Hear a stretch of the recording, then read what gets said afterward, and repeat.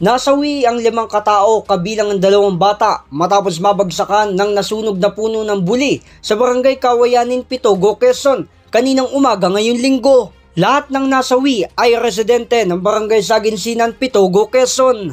Nakaligtas naman ang isa pang anak ng mag-asawa na 18 taong gulang na siya ring humingi ng tulong matapos ang insidente.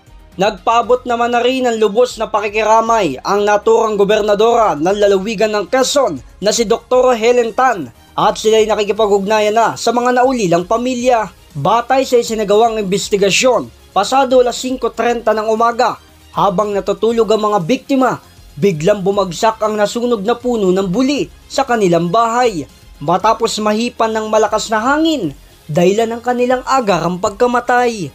Naiulat ang insidente bandang alas 8:45 ng umaga sa Pitogo Municipal Police Station. Agad naman na rumesponde ang mga tauhan ng Municipal Disaster Risk Reduction Management Office Pitogo at Pitogo Municipal Police Station para sa retrieval operation at para na rin tumulong sa pamilya ng biktima. Patuloy naman ang koordinasyon ng mga otoridad kaugnay ng insidente. J. Martin, JKRS News and Public Affairs.